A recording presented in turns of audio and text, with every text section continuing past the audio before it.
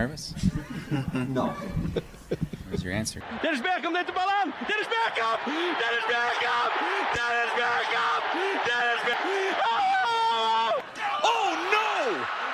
Oh, yes! He missed it! Welcome to the Suffering from Joy podcast. My name is Devin. Like a bunch of cartoon dinosaurs from 1993, we're back. It's been a bit of a hiatus, but we're here to talk some Open Cup, some games that didn't matter and we sort of kind of watched, but some scheduling issues have kept us away, so we apologize for that. But here we are.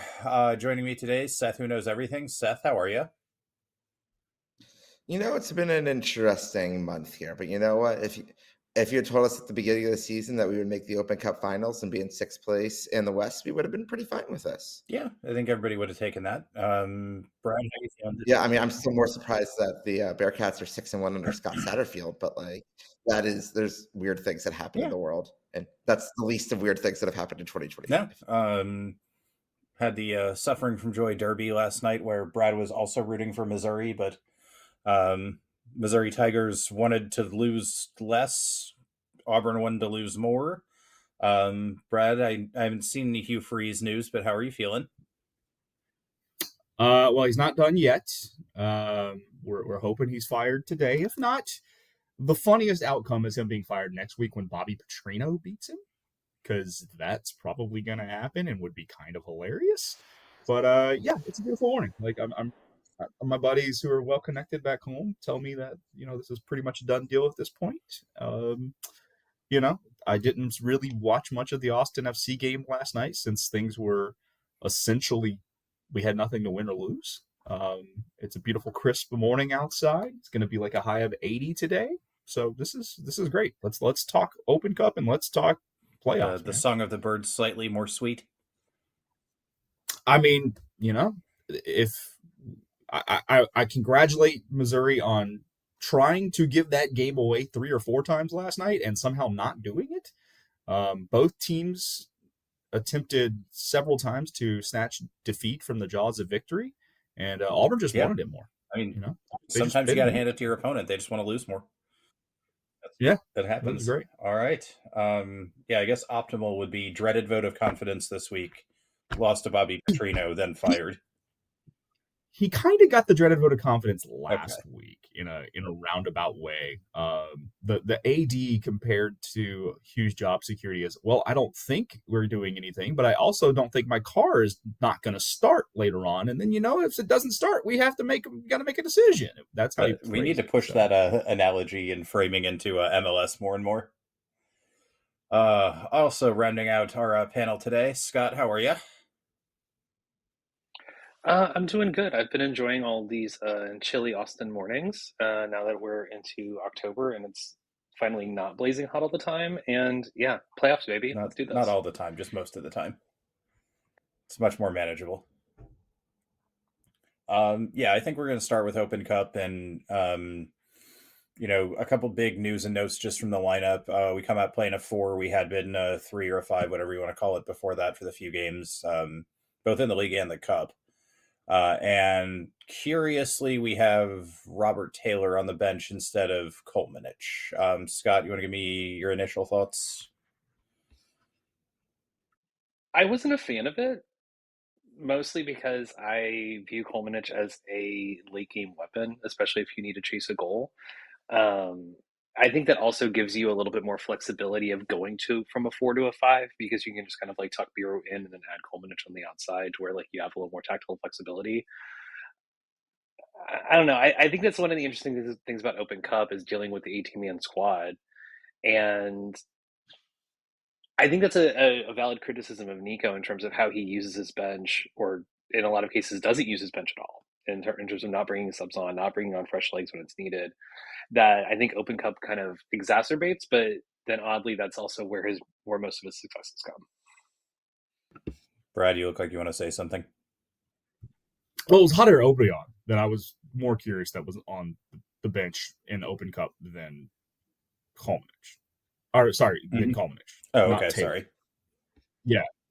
So let's clean that up real quick first, but because again, and we said it before, Obrion has no business being on the field. Last night was like the one exception where I don't care. game meant nothing, yeah, put him out there and let him eat some minutes.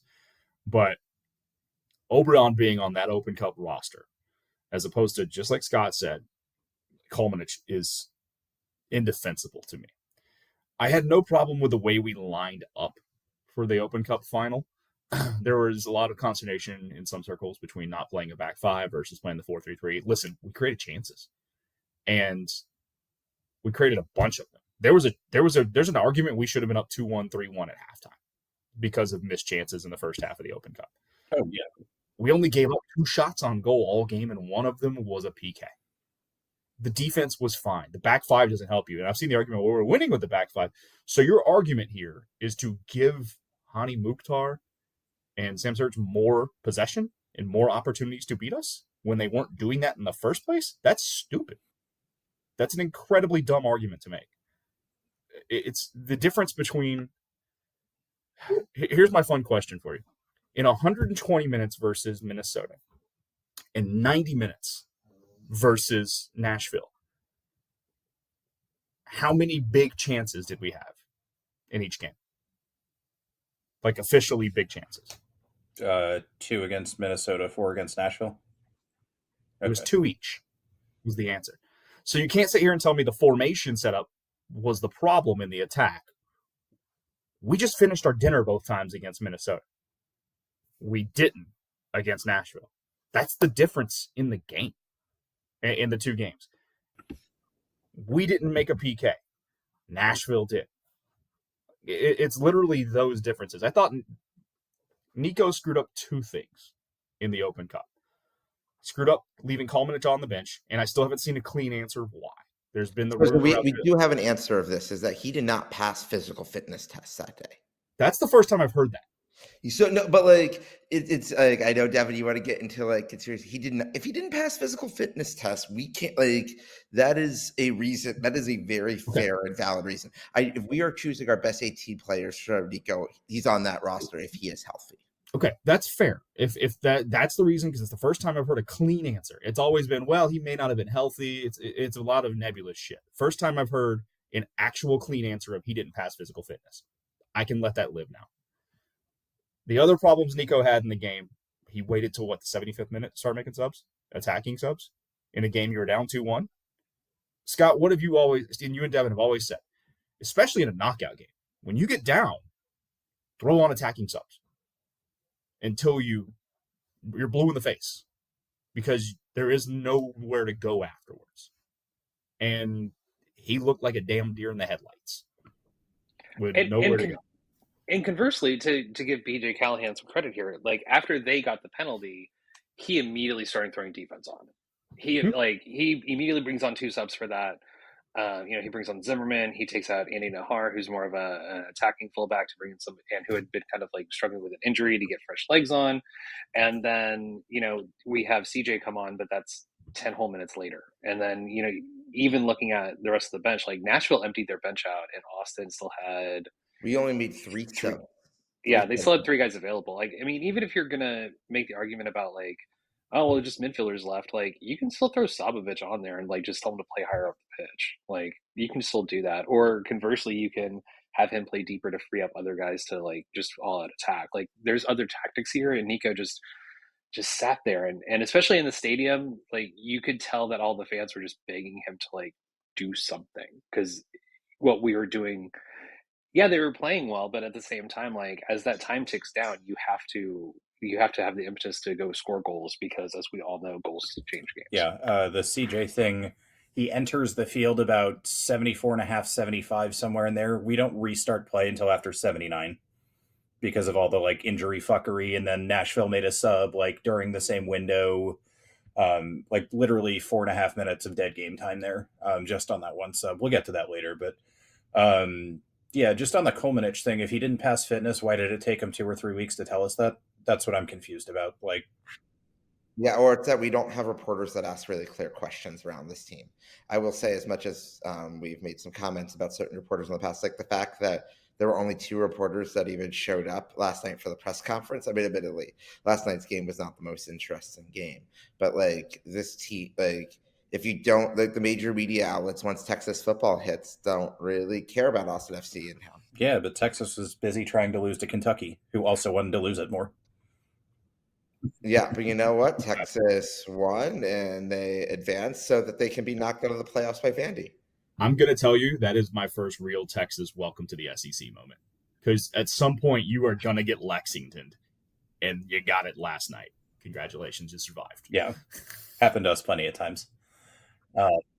I watched it happen to Cam Newton, man. I did want to go back to, and just on the formation a little bit, like going in, I wanted that back 3-5 because I think it prevents exactly what happens in their first goal, where they collapse into the middle more, and then you have 4 guys on what's essentially, 2 center backs, or 3 guys on 2 center backs. That's the exact play I didn't want to happen. But I take your point too. Like, I watched, the game, and we outplayed them with the 4. So, who's to say what the 5 would have done? Would it have been better? Would it have been worse? I don't know. It's counterfactual, but I think you can make the argument on either side. But yeah, we didn't lose this game because of the formation. It's that simple. Well, and the other argument is, why would you put on an extra defender who's not great with their feet against a team that presses the entire damn game? That doesn't logically make any sense either. Well, I mean, you get shorter pass angles around the back. I mean, sure. If that's what you want to go more with, outlets. Once you break in the midfield, then you're on a counter. It makes perfect sense. I guess, but I prefer having a midfielder who can actually control the ball better with their feet to beat it. Yeah. So. Yeah, I mean, you also hit the nail on the head, which is that the difference in this game, like it comes to a lot of MLS games, is the difference in your DPs. And if you have really good DPs, you can finish chances and finish penalties, you're going to win the games. And when you don't have one and the penalties fall to him, you lose. I respect Izuni for his desire to be the guy. The problem is that if you want to be the guy, you also have to. If you want to be the guy, you better be the fucking guy. Like, you also have to back it up. Like, you can't just be like taking the ball to like take the penalty and then like take a really bad one that gets saved and then sit and complain when people don't pass you the ball. Like, I mean, if you want to be the guy, do it. Is that the worst penalty in Austin FC history? I mean, it's on net, so theoretically anyone where you miss the net is worse, but it's the worst penalty in Austin FC history. I don't know that we've had one that's missed the net, though, have we? I don't know that we have either. I think one of the I think we have. I think one of the Driussi misses last year was just as bad. I think we had one against the Galaxy one of the first few seasons. That was really Driussi had a similar one, but it wasn't in a cup final. So I'm going to go on a rant about this penalty in a minute, but Thierry Henry always had this theory that the person who wins the penalty should never take it. And he's done it in the past, but just kind of general penalty sense where you guys, like, in the moment, did you want Uzuni to take this? Do you have a hard and fast rule on like who should be taking penalties for you? How would you have approached this? Is Nico yelling at them? Do the players on the field decide? Like, how does this go for you? Anyone can chime in. I mean, I think at a point here, who is the player who we have the most confidence in who was on that field at the moment? And at least for me, it would be Owen Wolf. Like, I would have had Owen probably take that because he's got the point. Yes. Is he the DP? No. But is he the player who has been most consistently stepping up in big moments this year? Yeah, I think I'd trust him to take that PK. I mean, I knew it wasn't going to happen, but I was hoping it was going to be Bakari to take it. He was up and around with the ball initially within his hands, but it became pretty clear that was going to be Uzuni's PK to take. But I've seen nothing out of Osman to believe that he couldn't bury that. Well, if you're going to have somebody stepping up and be like, I'm the man, Bukhari makes as much sense as anyone. And as Seth mentioned, Owen's kind of, the hot hand or the guy we've been depending on a lot lately. So I think either of those are fine answers.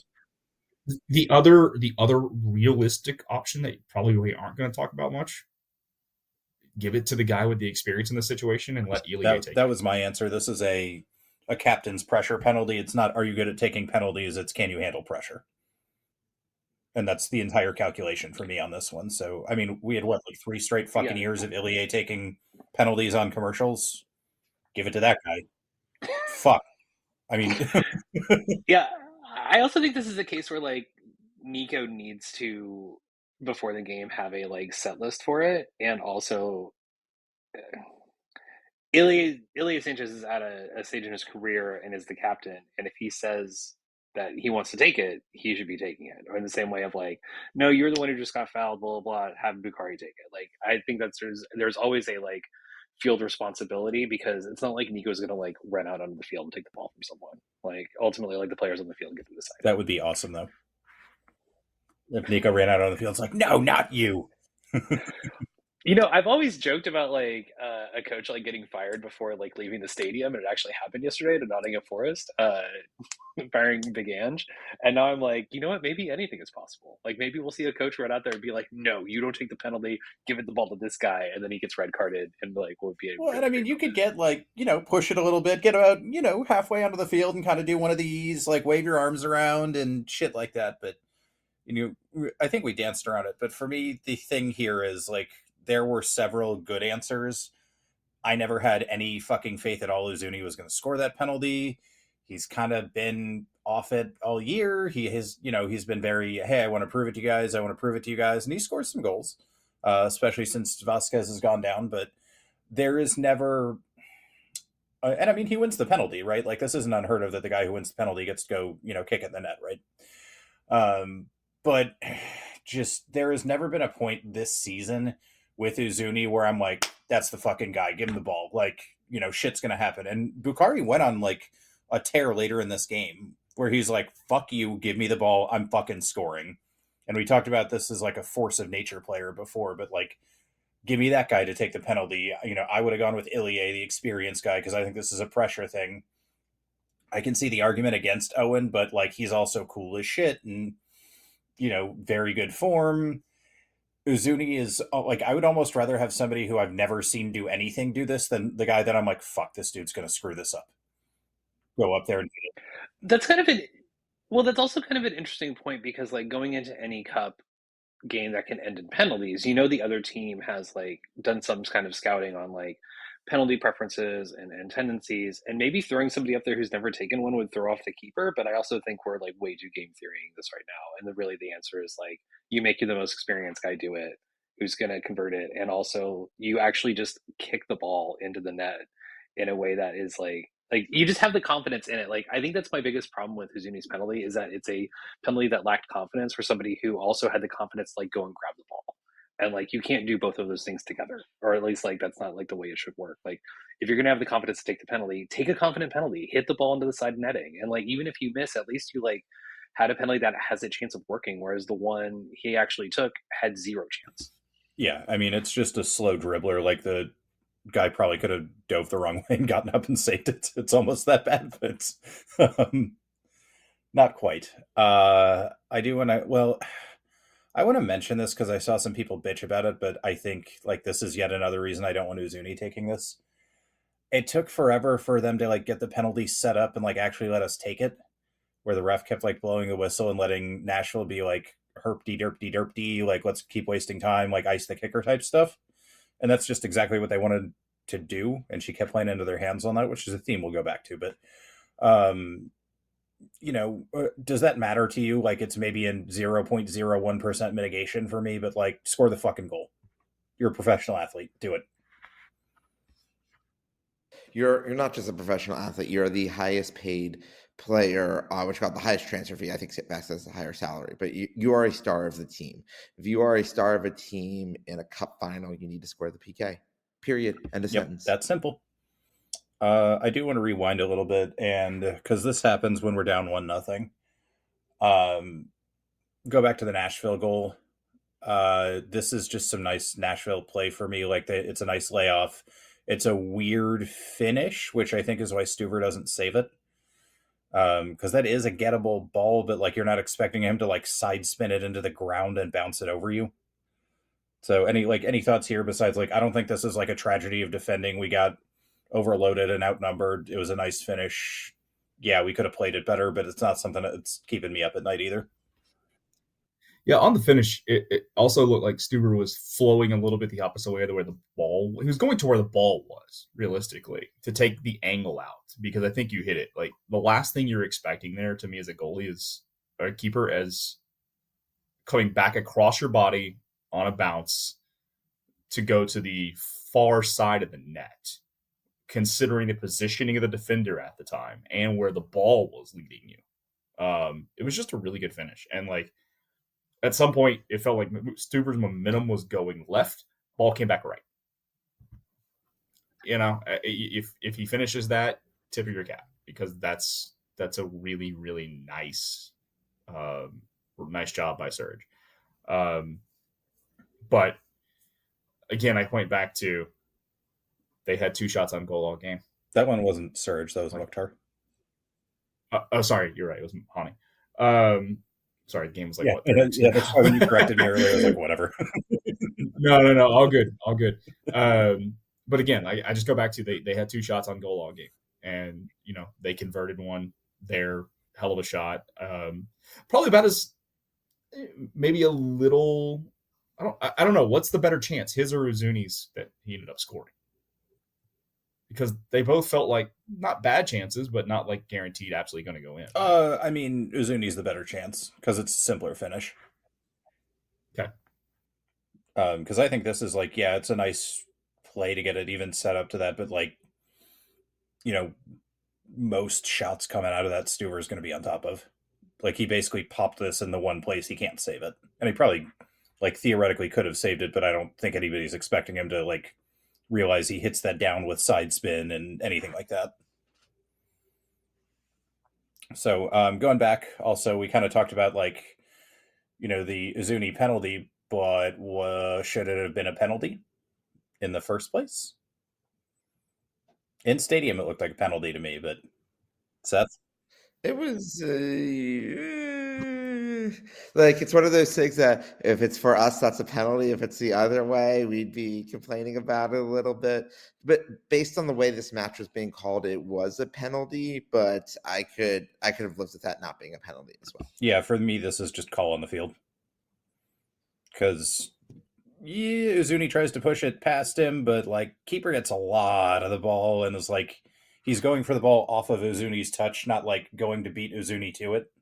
So I think you could maybe give him credit for that, but also he takes Uzuni out where Uzuni could have recovered the ball again. Like, you know, once.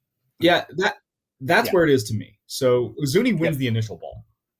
When he tries to basically chip it over, keeper gets a little, or when he gets that first touch, keeper gets a touch to it afterwards, and that goes out. I know there's some folks who believe there's an argument that if the keeper gets a touch to it, it can't be a penalty. But on every other portion of the field, you are still responsible for your body. That's what I've been told 1,000 times. Yep.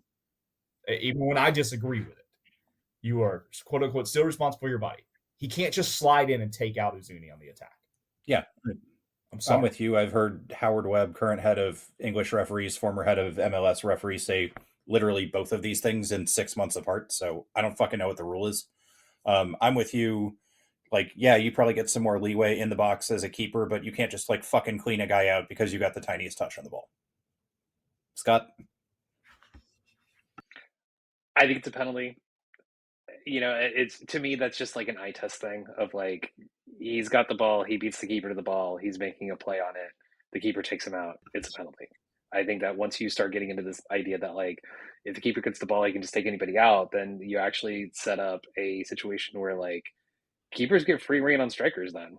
Like, that's really going to actually set up a like dangerous precedent in terms of player safety.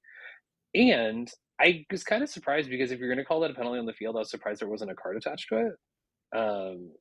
Either way, and obviously like the referee wasn't a fan of handing out cards, but I was a little surprised when, like, based on the call on the field, like that is normally how that is done, is that there's still like a yellow given. Ball's going away from goal is the only thing I can think of, but I don't know. I'm with you. Yeah, I mean, I also don't think it was a very smart play by the keeper. Like, which I also don't like rewarding like players making dumb plays that are kind of like borderline fouls. Like, yeah, that should get punished because, and also like that's why he's Nashville's backup. Yeah, I think both on this and the goal we end up scoring, he hesitates and makes the wrong decision. Like, if you're going to go. And he, by the time he decides to go, he should have stayed. But yeah, I'm with you, and I like the eye test argument. Like, yeah, you can go back and look and see, like, hey, maybe there's something I missed. But I don't love this, like, super slow-mo, let's rewind it and watch it without any context whatsoever. Like, watch the play in regular speed. Is it a penalty? And, like, yeah, if you need to, like, double-check something, fine. But the whole, like, micro-analyzing, Zapruder filming every single fucking penalty is getting really old. But like I know there's like the meme of like games gone Yeah. kind of a thing, and I legitimately think that like this like superudering frame by frame of every call is a big part of why the game feels gone. And I'm really kind of over the like the bullshit offside lines being drawn, and like every league having different handball rules. having different handball rules, or just having different like VAR rules. And I really just think that like technology is, like in most things in life, just like completely ruining the game. Yeah, one of my coworkers was asking me about like handballs the other day, and they were like, "What's a handball?" And I was like, "I have no fucking idea." It's like what league, Yeah. what team, because that's going to Yeah. vary a lot. So No, but we also get to the world of 80+% of the calls that are overturned by VAR are probably the right calls, and I still think the game is better for having it as a whole. That being said, the Vancouver Frisco game had a dog show last night, where the camera angle to determine it was a dog show might have been shot from the United States and not from Canada. It was definitely way up in the second deck there. Frisco conspiracy theory continues. Nah, once they got that red card, they were the better team last night. But yeah, I would hope that you'd be a better team 11v10. Yeah. All right, well, let's talk about the goal. Brad, you want to walk us through it to the extent your memory serves? You're on mute. Yeah, it helps to hit the unmute button. The key for me on the goal, if I remember this correctly, there was a pass by Ilie that cut through a couple of defenders from the midfield, right into Izuni's path. Izuni made a great finish. Like, good job finishing the shot. No complaints there, but it was Ilie's pass that made this goal for me. It was aggressive. It was pinpoint. And something that I think sometimes we desperately miss because we try to build so much around either kicking it long to Bukali or, play a little bit of a horseshoe and swing one in, whatever the case may be, for goals that just route one works sometimes. And that was a very route one goal. Yeah, and it's kind of weird too. Ilie almost loses the ball and then like kind of wins two 50-50s out of it to get that angle, and sometimes you just get a little lucky, but he does the right thing, right? Like, it's not like the whole play is made off that look. He gets a little lucky and then he makes the right play and puts Izuni in. And like you said, Izuni, great finish, striker's finish. I don't know why you can do that and you can't have a fucking penalty, but I'm going to get over it at some point. That is not today. I do wonder too, if we get more plays like that, if we actually have like, a left winger and we can play Owen a little more centrally, if that's something we lose there, but that's a problem for the offseason. Well, I think it's something we do more of too if Vasquez is healthy. He lends more to us playing that direct route than I think Izumi does. Yeah, I think so too. Missed chances in the first half. Big one for me is Biru at the back post. This is a goal we've scored multiple times this year. And I don't know, like, he takes the right angle at it. He looks like he has a whack at it, just misses. Those things happen, but cup final, bud, you got to score. I think just off the wrong part of his head. But yeah, he was there. It was a great ball in, and it should have been 2-1 right there. And that's what I keep coming back to with that first half is we had opportunities to be up 2-1, 3-1, and all the pressure reverted to Nashville. And just not finishing those chances killed us in the entire game. Yeah, I thought early Nashville was, kind of on top of us. And then basically the entire game after they scored, we were the better team. It's not unusual. Maybe they're sitting back more, but better team on the day, it felt like. Just like you said, they put the biscuit in the basket and we didn't. Yeah, where you said you will eventually get over this, I'm not sure I will for. Oh, no, I just meant much, the penalty. Much longer. I'm not getting over the game. Yeah, I mean, like looking through like the foot mob stats, like Austin had more shots, we had more shots on target, we had more big chances, we had a bunch more passes, and some of this is obviously is like Nashville like ceding possession because they're not really a possession team. We had more corners. Like Austin had a lot of good stuff to take from this, and yet like it goes to show the theme of Austin's season that when the chances pop up, they don't finish them. Like that's why we only have 37 goals on the season in MLS play. Like it's a bad offensive team, and when you're going up against two of the or probably the second best strike partnership in the league behind the team we're going to get play in the playoffs, like you're going to lose these games because they're going to be the ones who finish the goals. Yeah, I mean, I'd still say third best strike partnership because Messi is still in my and like as much as we want to talk about, oh my God, we can't believe that Messi league soccer here. Like the guy's still freaking incredible, and he did just win a Golden Boot last night. He is the league MVP. He is still Lionel Messi. That's fair. At this point, like Messi's like left foot and right foot is probably still the best strike partnership in the league.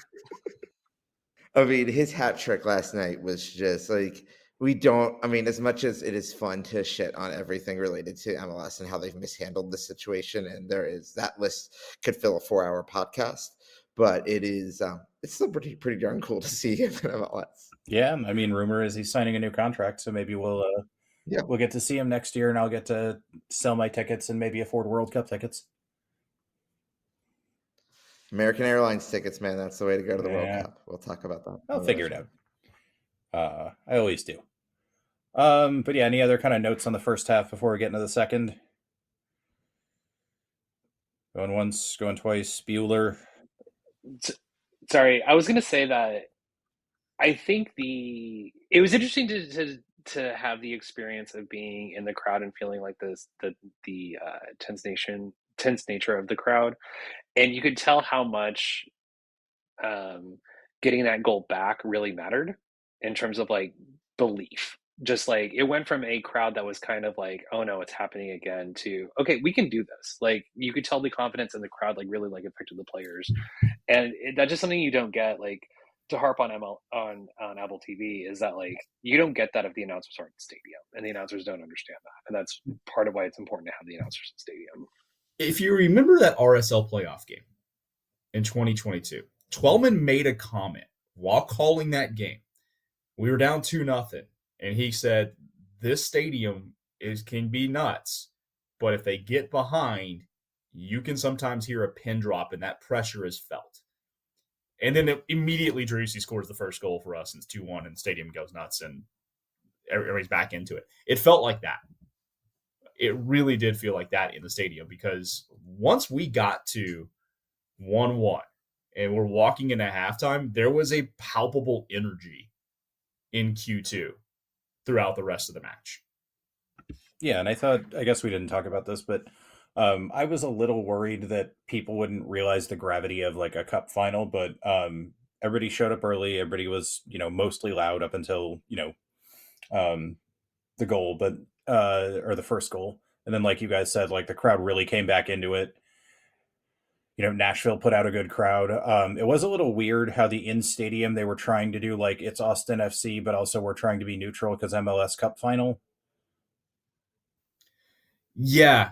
The game is run by US Soccer, so there were a few weird procedures as a result of that. But that was also, have any of you guys been to obviously you guys have been to home Open Cup games before, but I don't think any of you have been to a road Open Cup game before? San Antonio, that's it. Okay, yeah. In San Antonio, that was also so early. Like, having been to the quarters and semis of this tournament on the road, there were certain things that like, okay, you're allowed to play your goal song, but you're also having to do longer introductions of visiting players and certain things like that to be like home-ish. Yeah, I understood the why. It was just weird. Yeah, but like that's, it's also weird that we're a country that doesn't play a cup final at a neutral site in a national stadium, but whatever. Like we're the United States, we don't have a national stadium. Yeah, except the one in Hartford. Sir, the QB don't exist. We should absolutely play all of these games in Moscow, Idaho. Yes. No, No. ancestral- We need no. Down at Boise, down on the Smurf turf. We need to be outdoors. The Kibbe Dome is indoors. That teams they could feel warm, and it could be 72 degrees there. No. Yeah. suffer through it. But speaking of suffering, like I'm going to pull off some weird stats. As I think you guys all know, I did not watch the game live. I have obviously watched the replay of it, despite knowing what happened, which is obviously a terrible thing to do. But as we were going through that, this is somehow for a league that mostly plays games on Saturday nights. This is the third time in the 5 years of Austin FC that we've had a home match on the evening Kol Nidre that begins Yom Kippur, the holiest day in the Jewish calendar. And we have all three of those results have been very poor results. So if we want to have any religious conspiracy theories there, you guys can go run with that. Nah, I don't need to get us quote unquote demonetized with all the monetization we're doing. Yeah, all the zero monetization. Yeah, I don't know. We probably earned 2 cents off something at some point, but you got to cash out to get your Amazon gift card or whatever. All right. Second half, again, we come out and we're the better team. I guess let's just get it out of the way and talk about the penalty. I'm going to go last again. So, Brad, you want to go first? Was it soft? Yes. Do I necessarily think it was a penalty? No. Was it stupid by Owen to do it after Danny. he was directly admonished from the referee not 10 seconds earlier? Yes. So this is as much as I hate to say, I'm sorry, not Owen, but Danny. I apologize. It was a stupid from Danny. This is, and I hate to say this, that was a fuck around find out situation.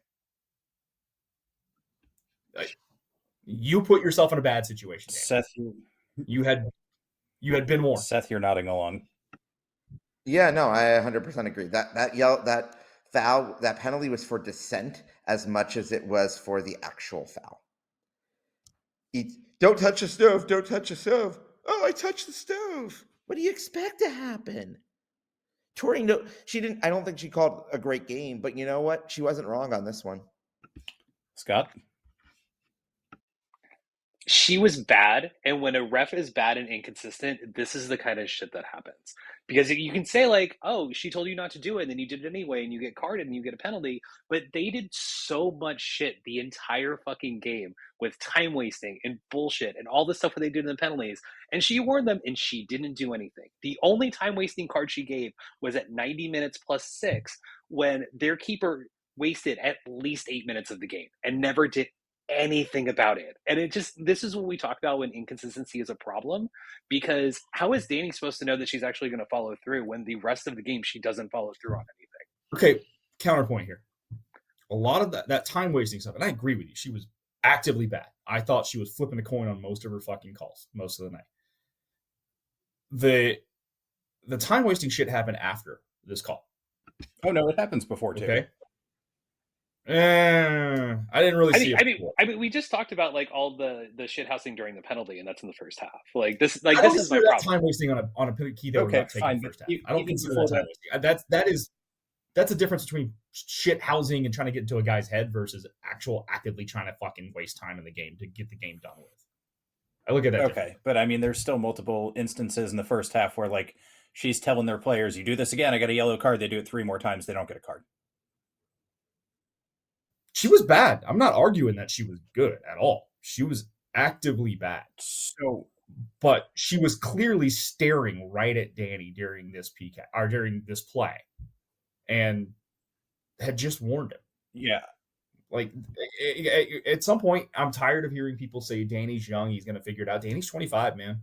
He's been in this league 5 fucking years now, and he continues to make many of the same mistakes over and over and over again, in their immature mistakes. This can't happen in a cup final specifically. Oh, I agree. This can't happen in a cup final, but I'm not talking about Danny. This is, yeah, she just warned him, but let's, the guy engages with Danny first. So this is mutual holding already, which, they're supposed to be pretty lax on. So let's say Danny lets him go and that guy goes and heads in that corner for a goal. Are we going to go, well, the ref told Danny not to do anything about it? No, we're going to fucking excoriate him for letting his guy run free. So Danny's fucked either way here. Like, if you show me, like we talked about earlier, like Zapruder film level of this, and you go, is this a penalty? I go, no, but I could see why you would call it. Like, if you're really, really begging me, potentially make an argument for letter of the law, yeah, I could do it. And I actually wasn't as upset about this in stadium because, it's a weird play. You see it come in, you're like, wow, he must have done something really bad. I'll see it when I get home. And like, you couldn't see anything on the replays in the stadium. This better be for a cup final for you to call this in the second half the most Stonewall fucking penalty of all time. I don't care if you just warned Danny. Both of the guys were going at it. This is absolutely ridiculous for something this fucking soft to get called. And especially if you look at some of the shit we had overturned this year or penalties we didn't get, and you're calling this shit in a fucking cup final, this is goddamn ridiculous to me. And it completely ruined the spectacle of the game. Even if we had gone on to lose for a different reason, this completely fucks the entire experience for everybody. Right. Would you be saying that if the colors were reversed? I would be saying it's a bad call, yes. I wouldn't be mad about it, but I'd be saying it's a bad call. Yeah, I think it's also just a bad call because if you just look at like the physics of it, like the way Danny was like supposedly holding him or grabbing him, then he falls the other way, and like I don't know, it's never a good thing when a borderline call decides a cup final ultimately, and I think that's where a lot of the frustration and the anger comes from, and even from like the MLS US soccer like pundit class after talking about it. Former players talking about how it shouldn't be called. Like, I think that also leaves a bitter taste into it because it didn't feel like it was like settled on the field as much as it should be, even though Austin did have their chances. And it's also going back to what you mentioned about calls that we've had and calls that have gone against us. We've had Pro apologize to us how many times this season for bad calls like that openly cost us points.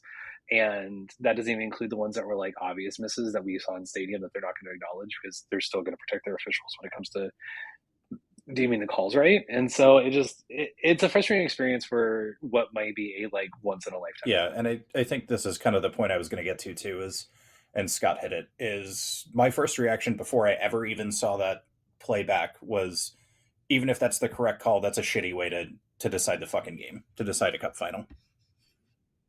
That I'm on board with. Like, I 1000% agree. You can't let a cup final be determined on that. Like, if it's going to be a PK, it needs to be a clear as day PK, especially in the second half of a tie game.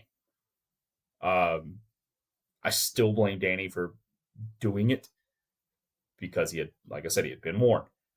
But yes, ultimately Penso took the game in her own hands instead of just letting the players win it or lose it. And she never had control of this game, which is part of the problem too. No, she was bad. She was, and she was being bullied by Hani Mukhtar the entire fucking game. It was driving me insane watching it. Because she's a good ref most of the time. Like, she knows how to stand up for herself. She knows what, why are you letting him do this? I know you know how to make your stamp on a game. Like, yeah, and I mean, we talked a little bit, but let's go ahead and do the ref stuff now. But like, okay, refs are bad. They have bad days. Players have bad days. It's part of being human. Fine. The 5 minutes of added time when it should have been like 18, at least 9, I thought they like fucked up the board and it was supposed to be 15 at first. No, I mean, 15 might have been a little excessive, but like we get to the world of like IFAB where it's like, okay, this is not an MLS governed match. This is a US soccer, like, which should reports a little bit more directly into all the FIFA setup of everything. As we start going through this, like that should have been on like a World Cup level timeline. I was expecting 9 or 10. Yeah, and I didn't actually expect 15, but I saw the 5 and I was like, surely if the 5 is up there has to be a 1 too. Not only should it have been 9 or 10, it was egregious to blow the whistle right at the minute mark of 5. Egregious. because of the time wasting that happened during stoppage time. Well, and the whole time too, right? Like I brought up this CJ incident. It's literally 4 minutes of stoppage right there. And she's sitting there like pointing to her watch, and I'm like, okay, well, if you add it on at the end, like, yeah, you should be carding these people, but whatever, we get the time. That's the more important thing.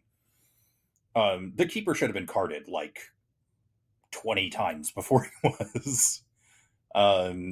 So that's like, we can talk about the penalty, and like we sort of led with this, but like they scored a penalty, we didn't. That's the difference in the game.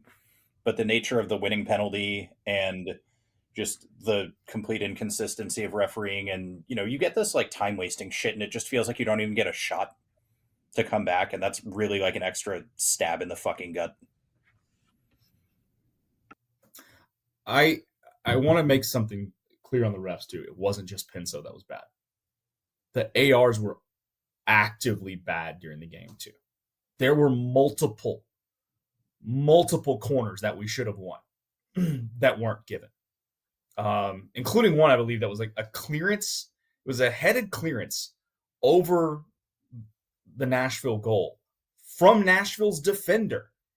And somehow that became a goal Yeah, kick. our player is nowhere near it. I know the one you're talking about. Shit made no sense all night long. And again, like we mentioned, I'm not blaming the ref for us losing this game. Uzuni missing a penalty in the first half is why we lost this game. Missing chances is why we lost this game. But it makes it a hell of a lot more fucking frustrating. Yes. So, I mean, we talked a little bit about the yellow card inconsistency, the time wasting thing. Like, we could spend all fucking podcast and not even waste as much time as Nashville did. But any other kind of like bits you guys want to get into, or should we talk about the hilarity of CJ counting down the opposing goalkeeper? I guarantee you she told him not to do that, and he should have done it again until he got carded. The section I was sitting in was actively counting. I could hear him in my section above me. Yeah, and they got to like 22 at one point before the kick was finally taken. Yeah, it was crazy. Yeah. Do you think CJ did that on his own, or do you think Nico told him to do it? Oh, I think he did it on his own. I'm in somebody on the bench told him to do it. I don't think Nico has the stones. That's what I thought about it, and I was like, maybe Davey told him to do that. I could see Davey telling him to do that, but yeah, I'm with you. Do it until she fucking cards him. And then you can go, well, why are you carding me and not this fucking guy? Or maybe both of them get cards. So I don't know. It was frustrating all around, and like, nothing really happens kind of it towards the end of the game because of all the breakup in play. It does take the crowd out of it. Like I said, we have that big 4-minute stoppage where the guy clearly isn't fucking hurt, but we have to spend 3 minutes attending to him on the field instead of shoving his ass off to the side. Any other notes other than it, like the mild bit of catharsis I had with Surge getting sent off? No, it was just a really, like you said, it was a disappointing way to end the game. And I think the thing I'm going to take away from the end of the game was, instead of a crowd that should have been trying to will its team back into a draw to get to extra time, for the last 10 plus minutes, it was just an angry mob at the officiating. And rightfully so, because like you said, the refs were really, really fucking bad. But I think that adds I'm gonna, and Devin, you'll appreciate this because you watched the game last night. There was a point when Mizzou got the ball back, tie game with Auburn. The crowd starts booing the hell out of the refs because they thought they should have had a PI call the previous call, and it took all the momentum and sales out of that stadium. And Mizzou drives down the field and should have won the fucking game in regulation because of that. Same kind of thing. It's just you kind of you feel that energy sucked out and not getting behind the team, but so much aimed at one person on the field that's not playing, and team starts to feel that pressure and that energy as well. It felt like to me, instead of directing it where we needed to in a final. Yeah, I mean, that's your base level physics, right? Vector has to be going in the correct direction. For you science nerds out there, but or anybody who passed high school physics, I guess. But yeah, I did, and that's a good example. And I do like. I think we get on our fans get on the refs too easily because and I mean we're not unique in that, right? Like a lot of fan bases do this, and the ref's an easy scapegoat. But that one, I think the ref deserved it. But I agree with you. Like if the energy is actually towards the team, maybe we're going to get something more out of it. But again, this goes back to the whole Zan thing. Like they said he wasn't fit, but we didn't hear that for a few weeks, and it was really confusing. He traveled the Saturday before, he played the Saturday after. That's the sort of shit where you need him to just go magic wand, put it in a dangerous spot, CJ headed in. And we didn't have that, and that's kind of what our cup run had been, and what we had won the previous game that mattered, not the previous game, but against Seattle on. So I don't know. I hope people appreciate how fun that run was, and that we got to play a cup final at home, which is not something that happens a lot. We got to be in a cup final. It's a good experience. I hope it gets the players hungry going forward. I do understand, and we all kind of said like the games surrounding that didn't really matter. But that sucks. And I'll admit too, like this isn't like an overconfidence thing. It's just like it never entered my brain that we would lose that game. Just like I was like, oh. And I take it the exact opposite. I was 100% prepared for us to lose that game. But this is also because of, I don't know, growing up in Cincinnati and being traumatized by all levels of sports, championships at all points. Like, you're not going to win until you actually win. I was absolutely 100% prepared to lose that game. Did I vocalize that to you guys? No, because you guys would have told me straight to screw off. I didn't want to provide the negativity on the vibes there. But yes, we were 100% losing. Yeah, Seth, keep in mind who I am fans of. I wasn't talking like, hey, on-field matchup. It was just like, I mean, this is suffering from joy, for God's sakes. Like, this is like, but the fact that, like, yes, that we were going to lose this match was like, yeah, like they're a slightly better team than us. That they have a coach that I don't know is prepared for it. But I will say, like, I mean, a Josh Wolf team would have made it to this cup final. Like, those guys at the end of that match were freaking heartbroken. They got to a point there where you could tell every single person cared. And you know what? That wasn't the case at the Western Conference Finals in 22.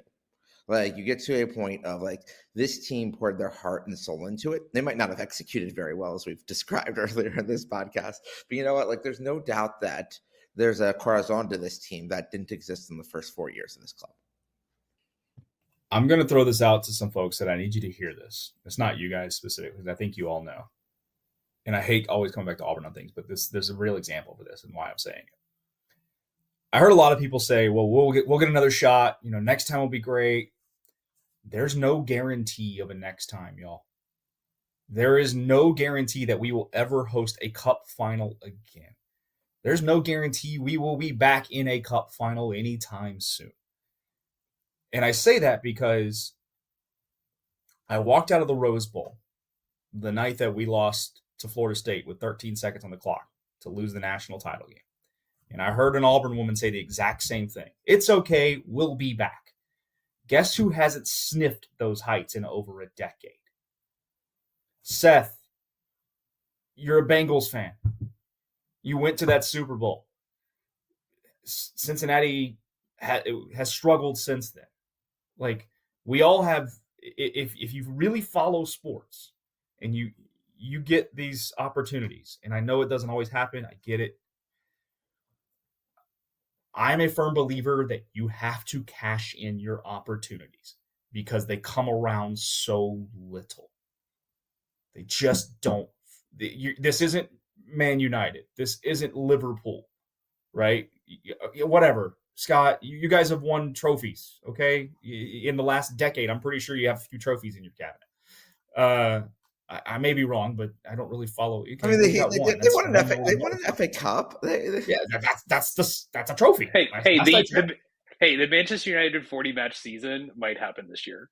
Just saying.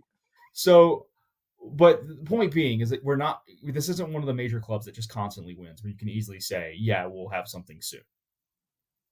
In the way this country is set up, there's no guarantee we are ever going to get this opportunity again.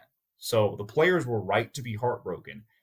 I understand some folks need to say that to make themselves feel better, to like help process the loss. understand how special that home game was, and understand how much you really should be hurting from the loss. So to put this into a stat perspective, Austin FC played more US Open Cup matches this season than they did in their history before it. There's no guarantee of anything. There's no guarantee of what the competition's going to look like in next year's. LAFC didn't even get a chance to defend their cup this season, which I think is an absolute travesty that U.S. soccer shouldn't allow. They should overrule MLS and whatever they're wanting to do there. And yeah, like I specifically wanted to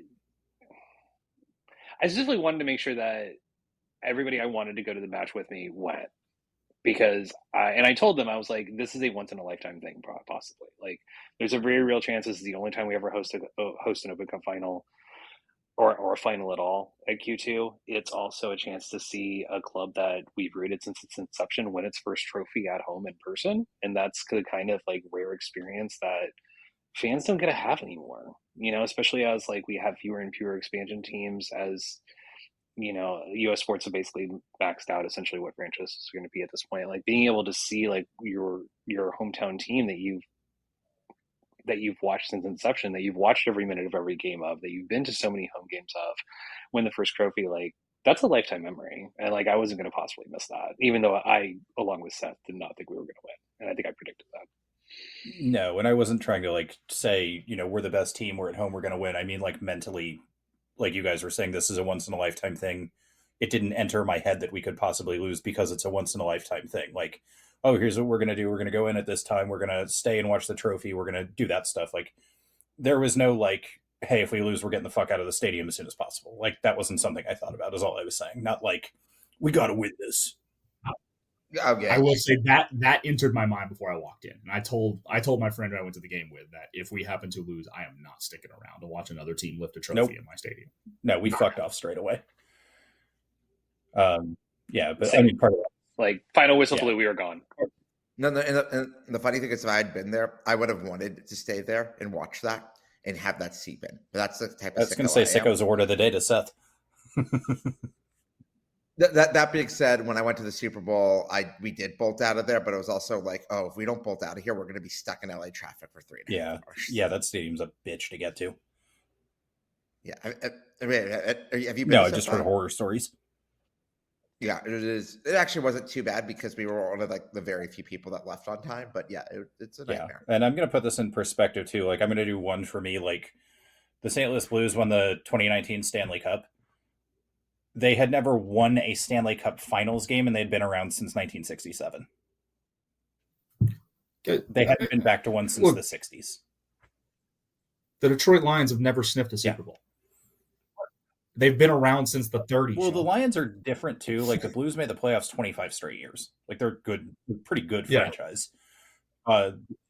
I mean, to bring it into a baseball for a game tonight, but like, Seattle's trying to go to their first ever World Seattle's Series. a great team for a and while. they've been around since the 70s. Yeah. Like, and the other contrast I wanted to bring up is about 10 days after the Open Cup final, we all got up early and watched a definitely legal stream of Dorking Wanderers, who we had Mark on a couple months ago.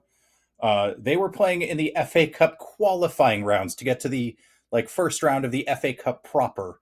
And that would have been like the hugest deal in the club's fucking history. And they played a great game. They probably should have won. Same deal. They didn't put their chances away, and Aldershot did.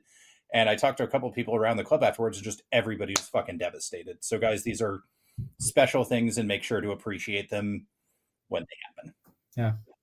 I mean, FA Cup, if you guys need a soccer example. Last year, Crystal Palace, first trophy ever in their major Huge trophy deal. in their history. Huge deal. How long's Crystal Palace? 1800s.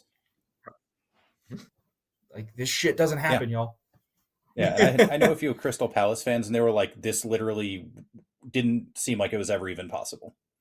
Even like once they got to, like, they had people going around like, different areas for people who had been like, Crystal Palace fans forever and doing fundraisers to get them to the final, and like making sure anybody who had been like with the club forever like made it to the game. So they're big deals. And I know, like I said, I was a little worried people weren't going to do that, but I think the fan base, at least like from the vibe I got before and during the game, understood it. At least the people that go to the stadium. Yeah, I did not feel at any point in the game, dude, that was the fan base that did not understand the assignment. I thought they showed up. The folks showed up well, showed up loud. I wish we had that kind of energy more often in the stadium. Yeah, I mean, I expect that energy. We will not match that energy in the home match against LAFC, and nor should we in some ways. I mean, I would sort of love to see it because, like, screw them, and I want to beat them. And like, they have knocked us out of 2 playoff tournaments in this club's history already. Let's not have them knock us out of a third one. Leagues Cup last year. It is technically a playoff game that we lost at LAFC. Oh, okay. Thank you. All of us look confused. I was like, I know we are very confused on this podcast, but it's very funny as the person who does coordinate our away tickets. I'm like, God damn it, it's the third time that I've done this out. And the same people we've worked with at LAFC we've been working with them the entire time that we've been around. So we know them pretty well. They're horrendous at answering emails, but we know them. Yeah. But anyway, honorary stock rising to all of you, the fans. So good job. We're going to do some quick hitters on the other games that we variously may have watched, may not have watched. In my case of St. Louis, I meant to go back and watch the highlights and never did. Brad, you want to tell us anything about the St. Louis game? Yeah, my wife got honored on the field. Yay! That was cool. Carrie was nominated. So I had no plans to go to the match initially. I was going to go to the Open Cup Wednesday night, and Carrie was planning to come to Open Cup Wednesday night. And then the Friday beforehand, she texted me while I was out of town with some friends. I was actually out fishing on the ocean, and I got a text, and it said, "Did you know about this?" And I'm, "What are you talking about? I'm catching a redfish right now." And she had gotten nominated for and won the UPS Hometown Hero thing for Austin FC, which she was nominated by the person who runs Laundry Project nationally for all the work that she does with Laundry Project. And for those who don't know, yes, Brad and Ashley Stuber really launched Laundry Project here in Austin. They've been doing it all over in their stops. But I think Brad's okay with me sharing this, and Brad Stuber, I mean. Carrie is the one who handles logistics on the backside here in Austin. She's the one who schedules our volunteers. She makes sure that our donation drives are set up and ready. She's the one who's making sure, like, for a while, the first couple of years, we were quite literally housing supplies at our house that were donated before she helped get us a storage locker. Just a ton of back end work. And she's taken Laundry Project to her hometown in Lansing, Michigan since then. And it sounds like they're about to open one up in Detroit through some contacts she has in Detroit. So super excited for her. We had no plans to go to this match. She was going to go to Open Cup, but with her health conditions, she couldn't do both. So she was like super happy for the honor, but also like, damn, I'm going to miss the Open Cup final. But yeah, we ended up going to the match. On the field, it was what it was. I honestly expected what happened to happen in St. Louis, no matter, and I thought that was going to happen win or lose Open Cup, because we put so much energy into Wednesday night that there was going to be a natural fall off Saturday against a team that is going to press you, going to bully ball you a little bit. It was just a bad setup all in for us to try to win a match, and it showed. But proud of my wife. She got honored at halftime. Super proud of the work. Super proud of all the posts that social media has made for her, and thankful to everyone out there for clapping for her, yelling for her. We heard it down on the field, and honestly, without y'all and your support of Laundry Project, none of that happens in the first place. So good. So we're going to rush through the next couple items because we do. And I did miss the Svatak goal, by the way. Like the one goal match, we were being walked down to the downstairs, and as we're walking down, I hear the crowd explode, and I'm like, "Oh shit!" I did this for you, dear. You should have asked to stay down there. No. I was walking behind the supporter section as the goal happened, so I didn't actually see it. And I did meet Speed Bump too. Nice. So did you pet Speed Bump? I did not, but our friend did. All right. Cool. We're going to run through a couple of quick items and then get out of here because we have a hard stop, but we will come back and do a playoff preview episode this week when we have a little more detail on everything. Quick summary of the San Jose game. Owen scored a nice goal. it looked weird, but it came off the back stanchion and then like spun into the back of the net. We gave up 2 dumb goals late. Anything to add? We good there? Cool. LAFC game, literally nothing happened. We scored on a corner towards the end. That was fun and secured 6th place to give us the fifth decision day in a row, 5 out of 5, where our game doesn't matter at all to us. So, you know what? Fantastic. I'd be fine with 100 out of 100 yeah, on that. and you know what? My nightmare scenario is having to play San Jose for the play-in game. So, holy shit, glad that didn't happen. So, I got my drama in. I was at the Fire bar last night, watching the Fire go from potentially being in 8th to 7th to 6th to 8th to 9th to 8th. That is like watching people who actually cared about that go through was like, and they conceded in extra time and then got an equalizer in plus, I think 11 of +6. Because that's football heritage. Seth, when you're going to watch matches there, are you doing like da, da, da, da, da, Fire bar on the way there? Because if not, you absolutely should be. I am not, but now that is in my head, that's brilliant. I will say, Weed's Tavern, where a lot of the Fire fans beat up. I did it. They were like, okay, we're dedicating 2 of our 4 indoor screens to this match. We are putting the other 2 matches on college football quad boxes. Yeah, well, I mean, that was nice that they, our game didn't mean anything for us, so Brad and I could watch the worst fucking college football game in history. No, sir. Yeah, No, sir. I've lived through 3. I've lived through 3. I watched it too. I would argue the last Mizzou Auburn game in. Oh yeah, that's probably true. I mean, I would argue the Texas Kentucky game that happened at the same time was worse. Ooh, than I don't know the about game that. you guys were watching. Yeah, they were. That was an SEC race to the bottom last night. Not a good day for the conference. All right. Oh no, but I will say a stock rising in the SEC. Mike Bobo was play calling. Vanderbilt. Yes. Talk to your kids about playoff Vanderbilt. Diego Pavia, the people's champion.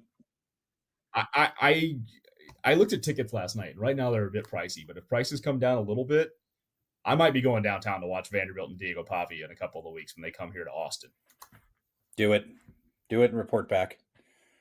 Oh, all right. So we've had like a number of games since we last recorded. So however you want to handle this, but Scott, you want to give us your stock rising? Owen Wolf, most important player on the team MVP. He was 4th in the MLS under 22 rankings, which is how they do young player, is 22. The goal last night was also great, but just the way he influences the game in terms of getting on the ball and moving players around, and his linking between midfield and the attack is really kind of like the thing that we've been begging for Austin to have. And you kind of wonder if Roto had this faith in him of he'll get there by the end of the season, because really as long as we make the playoffs and he's good for the playoffs, it's fine. And I realize more and more that this team is going to go as far as 2 things. 1, how much creativity Owen Wolf can bring to the roster, and 2, whether or not Mirtu Zuni can finish. Chances that drop to him. I am more confident in one of those things than the other, but there we are. Yeah, and Owen's kind of at this point, the metronome of the team. He kind of sets the pace. Are we going fast? Are we going slow? Are we trying to burn? What are we doing? So it's a lot of responsibility, and he's handling it well. Brad, you want to go next? Yeah, I'm going to actually kind of go a little esoteric here, but Rodolfo Burrell. Listen, we've given him some guff and shit like that, but this is a playoff team. Solid team that solidly made the playoffs. This is a team that made a final. Did it without a DP. I think Nico deserves some credit there too. But Burrell's team building at times doesn't make sense, but it seems to be working out. And then if you look at the expiring contracts that we have on this roster, there is flexibility along with buyouts that we have available. There's flexibility heading into next year to really make some more moves to solidify what we already have as a spine of a team. Yeah. Good shout, Seth. I think it's maybe a little bit unfair for Stock Rising, but for Lifetime Achievement Award for Brad Stuver for breaking the 5 season record of most saves. I mean, that was also a corollary of Stock falling on the back lines that he's had to deal with at the same time. But like breaking Tony Viola's record of having, I think what the final count was 629, I believe, saves over 5 seasons is an absurd number of saves. And yeah, this club is nowhere near where it is without him, and we need to give him a shout out for that. In addition to being a wonderful human being. Yeah, that's actually the one I was going to take. So I'm going to go with late game weapon Kolmanich, just because I think we sort of figured out how to use him, and that's going to be handy when we're in a playoff scenario. So there we go. Stock falling. We're going to go back the other way. Seth, you want to go? Yeah, I mean, I think we have to go with the obvious. Yes, Mirtozuni did score in that Open Cup final, but like you've got if you are putting the team on your back, it is still like you got to deliver in those big moments. You came here to score goals. You didn't score a goal in the biggest moment you've had in this club, and possibly. I mean, I don't know if there's any moments like in Albania's like Euro or World Cup qualifying or even during there where he's had a bigger opportunity that he's missed. There might be one for any Albania experts. Feel free to message me after this if you're listening to this 71 minutes into the podcast. But yeah, I hope he's haunted by that missed PK. Yeah, my kind of personal rule is if you miss a penalty, you have to have at least 2 goal creations for the rest of the game to make up for it. It can't just be like 1-1 because it's such a huge deal and a momentum drain. But yeah, Brad, you want to go? Yeah, it's Danny Pereira for me. The giving up the PK on the foul, losing your head in that situation in the Open Cup, not a good sign for a guy who's been in this league 5 years now. I also raise eyebrows at the fact that he ended up not taking that national team spot during the international break. Yes, you can make the argument they weren't playing for anything, and he was more valued here for the game that we needed him to play. But that might hurt his stock down the road for Venezuela. Feels like it. So it might, but who knows? They may be bringing in a new coach or something too, so it may not end up hurting him. Scott, you want to go? I'm going to go with wall formation. Just to talk about the match last night for a second, is that San Jose's game-winning goal scored by Nico Zacharias, which I think I butchered his name. I've never seen Brad Stewart that angry at his team after giving up a goal before. Like, at least never as like physically displaying his anger in that way. I'm sure he's quietly like seethed before. But the way he reacted to the wall just completely failing to do its job, to the point that even the commentator, who was only half paying attention to the game, mentioned that the wall didn't do its job. In the small margins of MLS and in soccer in general, like, you have to be better than that on set pieces. You just do. You have to pay better attention. You have to be better organized. And I hope that's just a blip of like not really 100% giving a shit in a game that doesn't matter to you. But if they do that shit in the playoffs, it's gonna be a very quick Austin in and out in 2 games. Yeah, and like the game last night didn't matter, but you don't want to do like mentality things that bring you down like that. I mean, the key is don't get red cards, don't get injured, but little slips like that are not great. I'm going to go with 2 folks, Robert O'Brien and Hadair Taylor, because they're the same fucking person and neither of them fucking does anything. And we need some goddamn depth on this team. So that's an off-season problem. I can't do anything about it now. We're playing playoff games. We're just going to have starters and some guys off the bench going in. So we need to make upgrades on that in the off-season, though, and get some more depth into this team and have some more rotation options. But you know what? That's a much better problem to have than what we had last year, which was, holy shit, everyone is terrible. So yeah. We'll start with Brad here, your moment of suffering.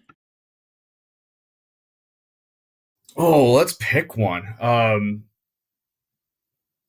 I think probably it was during stoppage time. of Open Cup. It wasn't a specific moment, but really the last few minutes letting that sink in that we were about to blow that opportunity and lose was it for me. Because it did not feel like we had a goal coming at all at any point in the last 5-10 minutes of that match. No, and that's kind of what I was talking about too, with like the stop it or like the stop and start nonstop of the time wasting, and then like anytime there was anywhere like near contact, there was a 45-second break for a fake leg injury or something, and it's smart from Nashville, but it does definitely increase the suffering. Scott, you want to go next? My moment of suffering was also in the Open Cup match, and it was at the very end. I think we were about 4 minutes into added time, and after seeing that performance, there's a moment where the goalkeeper is blatantly time wasting, and Tori Penso is walking back with one of the national players, and they are just sitting there joking and laughing at each other. And I just sat there and just like, that's such a bad look for what just happened previously. And it just really left like the end of the match in just like a really sour taste of what was going on. Yeah. And like, do we actually think they're like, conspiring to like screw Austin out of the match? Of course we don't. But it's fucking infuriating to see. Yeah, I'm going to take the low-hanging fruit here, and mine is the Biru miss. Because it's not like that was the end of the game or anything. It's fairly early on, but yeah, just that moment was the, oh shit, we might actually fuck this. There are days where we talk about variance and we have fancy words for this, but some days you get lucky, some days you don't. Sometimes, the ball falls, sometimes it doesn't. And you don't want those early things where you're like, oh shit, today's not our day. Because then you kind of feel it the entire rest of the game. But it is what it is at this point. All right, we got like a few minutes, so what sort of nonsense should we discuss? Do we got any CFL updates? So just like MLS decision day for Austin FC, there's not really much to play for except for seeding on CFL decision day next week. We're going to have crossover into effect. Have we discussed crossover? I think we have discussed crossover on this pod before. So that in the CFL, there is a rule that if the fourth place team in the West is better than the third place team in the East, that they will replace the third place team in the East. So it very much looks like the Winnipeg Blue Bombers, they are at 9-8, and the Argos are at 5-13, and they are will not make it to the playoffs. So your 6 playoff teams will be the Hamilton Ticats, the Montreal Alouettes, the Saskatchewan Roughriders, the BC Lions, the Calgary Stampeders, and the Winnipeg Blue Bombers. The Rough Riders have clinched a bye so that they will host the Western Conference Finals out at the Mosaic. So there's a 50% chance that Brad and I will see the most popular team in the CFL play in Winnipeg, because they just got to win one game at home. The Eastern Division Finals, both teams do not play each other, so the Ticats got to go to Ottawa on Friday night, and then the Alouettes have to go to Winnipeg. So they are both away. And if they both lose or both win, the Ticats will get to host the Eastern Conference Finals. Simple. CFL playoffs, 6 teams. You have a 2-versus-3 game in 2 weeks, and then the conference finals in 3 weeks, and a Grey Cup in 4 weeks, where Machine Gun Kelly will be playing the halftime show. Yay. Noted Canadian. That's a real thing. So, Seth, who was your Super Bowl halftime show that you got to see? That was the like the Dr. Dre, like Welcome to LA with like the. But I will say, having been at the Super Bowl, that like I was in the end zone, and like that show is so set up for TV that like I couldn't hear half of the concert, and you can't see most of the cool shit. Like the Super Bowl is actually a better event on TV than it is in person. Yeah, so that's what I was asking. Is you and I have both been to one. Like I saw Katy Perry and Left Shark and Missy Elliott. That was my Super Bowl halftime show. But I was getting a drink, and I look up and I see Katy Perry flying across the field on a tiger. That was like, what the hell is going on? So I'm interested to see how they play Machine Gun Kelly while I'm grabbing my Molson at halftime here. You're not going to be Alexander. The real question is, how many layers do we think we will be wearing in Winnipeg in a month from now? I'm expecting a 30-degree kickoff. That's many. That would actually not be too bad. Let's look at what like the Winnipeg weather right now. Like the highs are already into the 40s. I think it could be colder than that. I used 30 degrees when we went to that open practice or whatever for the team in January, February, whatever it was. I was going to say, I mean, I went to the college hockey game at Wrigley in January where it was like 18. I made it through 4 periods of that. By the first intermission of the second game, I just looked around. I'm like, the wind chills hit 0 here. Why am I here? Oh, make no mistake, I am packing long johns and everything else. And Saturday before the game, I'm fine just bar hopping and staying indoors most of the day. So no, we're gonna go see some Manitoba Junior League hockey as well. Oh, who's playing? Oh yeah, I forgot about that. There is 2 of the Winnipeg teams are playing. Don't act like you know who these teams are. What are you doing? Do you have any idea how much Darren Pang talks about like the entire youth fucking careers of every player ever, and he's the Blues announcer for like 10 years? I will. Panger. Now I am pulling up. I can't believe I'm doing this. To note that when you go back and look through the regular Manitoba Junior League schedule, right now there's only been 2 that have had an attendance of over 1,000 people. All right. Well, I was also hoping it might be like the Ducks against the Hawks or something like that. No, so it's going to be okay. So on the 15th, wait a minute, which is home and away because you can't always assume this for Canada. The Blues are at home and the Monarchs are at home. Oh, so Blues. This is easy. Yes. Okay, we will go out to the Rink Training Center, wherever that is. I run to Real original. So we will be real original. The Rink. Yes. It's like on your own. But it's the Rink, yes. But Rink is all capitalized. So that might stand for something. It better not. That's all I'm going to say. Looks like the Rink Training Center, of course, RE. It is the first fully integrated hockey training facility in all of Canada. I don't know what that means. I don't know what that means. The 95,000 square foot facility that they could do everything there. It looks quite nice. If there's not like a little side piece of ice where all you do is just learn how to fight properly, then you're not really and truly the first all-inclusive training center for Canada. I will say that this is out in the middle of Nowheresville. Like beyond it, there's a farm. I don't think there's even a bar within a mile of this. But I assume there has to be a bar inside the facility because why? Did you have to pre-order tickets? No, I haven't ordered tickets. It's like, how do you already know you're going to? No, you pull up Google Maps and that there is only 2 restaurants that show up in your I've now zoomed it out. I mean, there is a Costco within a mile and a half. It's just on the outer edge of Winnipeg. Yeah. Welcome to Western Canada. Central Canada. All right. Welcome to most of Canada, geographically at least. Yeah. All right.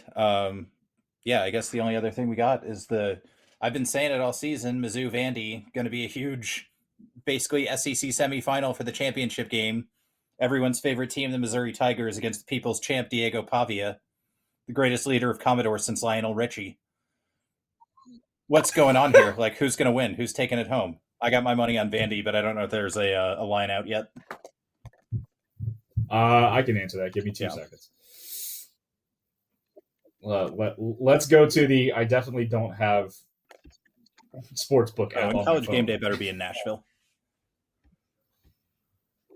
So Mizzou is a 2.5-point favorite.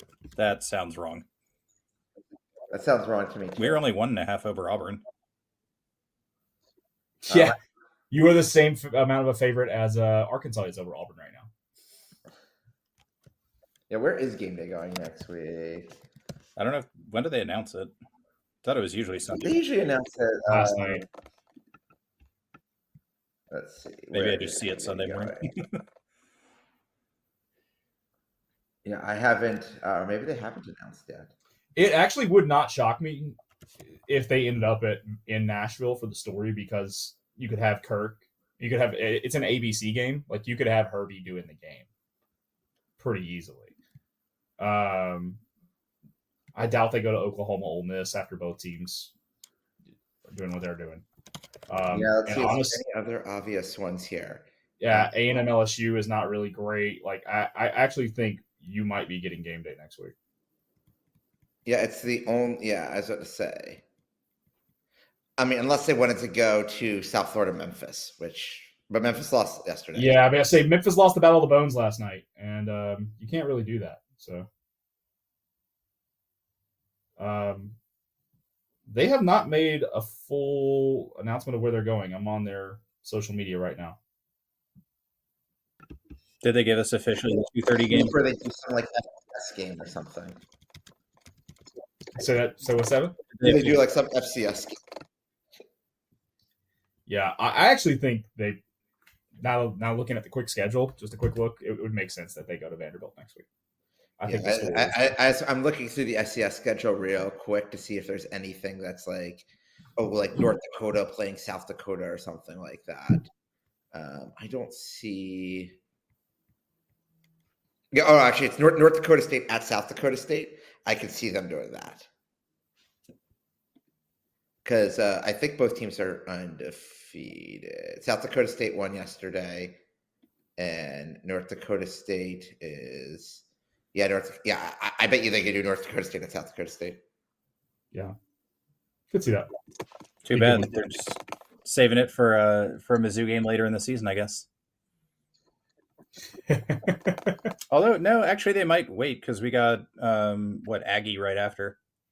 If we both win, that'd be a big game. Yeah. Talk to your kids about competent Texas A&M in October. It's weird. Everybody's just waiting. I mean, that's a playoff team. That's a good. They escaped yesterday, but that's a good football team, man. A lot of teams escaped yesterday. Yes, I always go back to the greatest college football team I ever saw was 2001 Miami, and they damn near lost once or twice during the season as well. So it happens. Yep. All right. Well, yeah. Outside of that, besides baseball, there's Shohei Ohtani doing Shohei Ohtani things, and potentially the Mariners making their first World Series. There's not a whole lot else to really talk about. Yeah, an all West Coast World Series might not be great for Fox and the ratings, but who cares? I'm a traditionalist. I hate the designated hitter. I hate all that bullshit. I hate the extra inning rule in the regular season. I don't care for any of it.